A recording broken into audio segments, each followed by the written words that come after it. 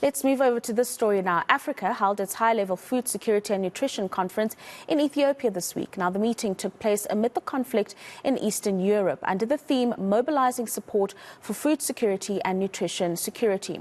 Now, the outbreak of the COVID-19 pandemic did disrupt agri-food systems and supply chains across the world, causing inflation in agricultural commodities and basic foodstuffs. To find out what came out of that conference and really just some of the meaningful engagements that would benefit South Africa in particular, we're joined by Agriculture, Land Reform and Rural Development Minister, Ms. Thoko Didiza. Minister, thank you very much for joining us this afternoon. And perhaps let's start with that broad overview of some of the key components or elements that came out of this conference when it comes to ensuring food securities in what I could call a new world that we have been living in over the last 2 years with COVID-19 and now the Russian invasion. Thank you very much for this interview, and thank you to your listeners as well. As you indicate that this conference was about food security, looking at the shocks that emanated in the war between Russia and Ukraine, as well as the impact on COVID-19, which both actually disrupted our food systems as well as food value chains. And I must say that this is not only an African challenge, but globally. You would have heard that the G7 pre-events looked at agriculture and food security, in particularly, again, looking at how Europe will respond to the challenges that they're facing on food security challenges. Similarly, the United Nations last year convened a summit on food security, on how we can strengthen our food security system in order to ensure nutrition and food security for our nations and globally. So what this the conference looked at in Addis yesterday was to look at how do we accelerate the implementation of the Africa position, which we had taken to the UN systems. How do member countries ensure that what were the outcomes for their national dialogues at country level are actually strengthened. But at the same time, how do we respond to the impending challenge as a result of the shocks that have been experienced, and therefore the social security systems, and how can agencies such as WFP and International Red Cross actually intervene at that level? But in the long term, how does Africa itself prepares, institutionally to be able to deal with some of these challenges, particularly where there might be emergencies from time to time, resulting either from natural, issues such as climate change, and other issues such as conflict, so that there is agility in the institutions of the African Union in responding where there are such challenges. So those were, in summary, the issues we're looking at. Yeah, and it's quite important, the climate change conversation around food security, Minister. Right here at home, we had that huge threat and incident of the KZN floods. And that is probably just one example of many that are set to come over the next few years. In that instance, Minister, what course of action do governments take to protect food security, to prevent from the huge implications that a disaster of that nature could have on the provision of food and ultimately the nutrition of a society?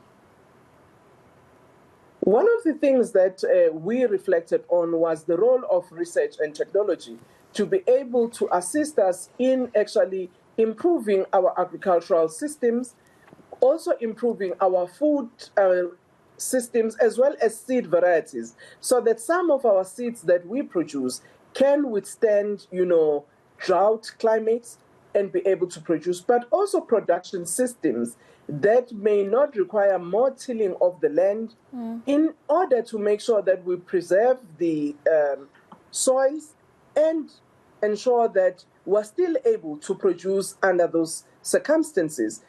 The role of agricultural research institutions globally is becoming more and more important on how they assist us in these interventions, but also looking at methodologies such as aeroponics and aquaponics, which really uses lesser space, but also without soil and farming vertically, are some of those interventions that can be, taken into consideration. The other element is how do we, as this agricultural sector, also reduce our emissions in order to contribute to a better climate. So these are the deliberations we have been having, and as you know, that going to COP27 next month rather, we also need to ask ourselves, how do we intervene as agriculture to contribute to a better climate? Yes, it sounds like technology is going to be very important for societies going forward, Minister. I want to bring it back home to South Africa once again, in that South Africa is known to be a country that wastes food quite a bit, in fact, in large quantities, and there have been various campaigns over the years to teach people about food wastage. Was there engagement about food wasting and educating the society rather, but also maybe some learnings that we could learn from other countries in Africa around wasting food and make sure that we can repurpose it to serve communities that need it the most? I think the issue of food wastage rather, is a global challenge, not only a South African phenomenon. And this issue had come up in our discussion, particularly at the G20 level in the African Union, where we all are looking at how do we minimize, and I would like to say at two levels, food wastage on post-harvesting, by ensuring that particularly at rural areas, you do have storage facilities, but also basic processing to make sure that you can conserve and preserve food for longer. Secondly, it's important to look at food wastage that happens, after people have utilized the food either as consumption and they will throw some of the food away. How do we make sure that we also look at social security interventions where some of this food can actually assist those who are vulnerable and are food insecure instead of wasting it? And then also, just based on the engagements that you've had with different countries at this conference, how does South Africa fare as compared to the rest of the continent when it comes to dealing with these different challenges that you've just highlighted for us?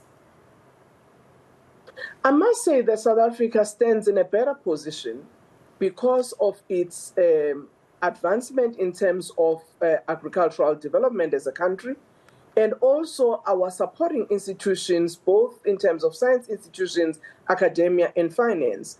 And those better position our country compared to others. The policy environment and regulatory environment as well play an important part. If you remember during COVID, the decision taken by the South African government to make sure that agriculture is an essential service ensured that there was availability of food throughout that process. And I would like to thank our farmers and our farm workers for really having been at the forefront to ensure that in the midst of that difficulty, our community in South Africa and in the region were able to still have availability of food in their homes.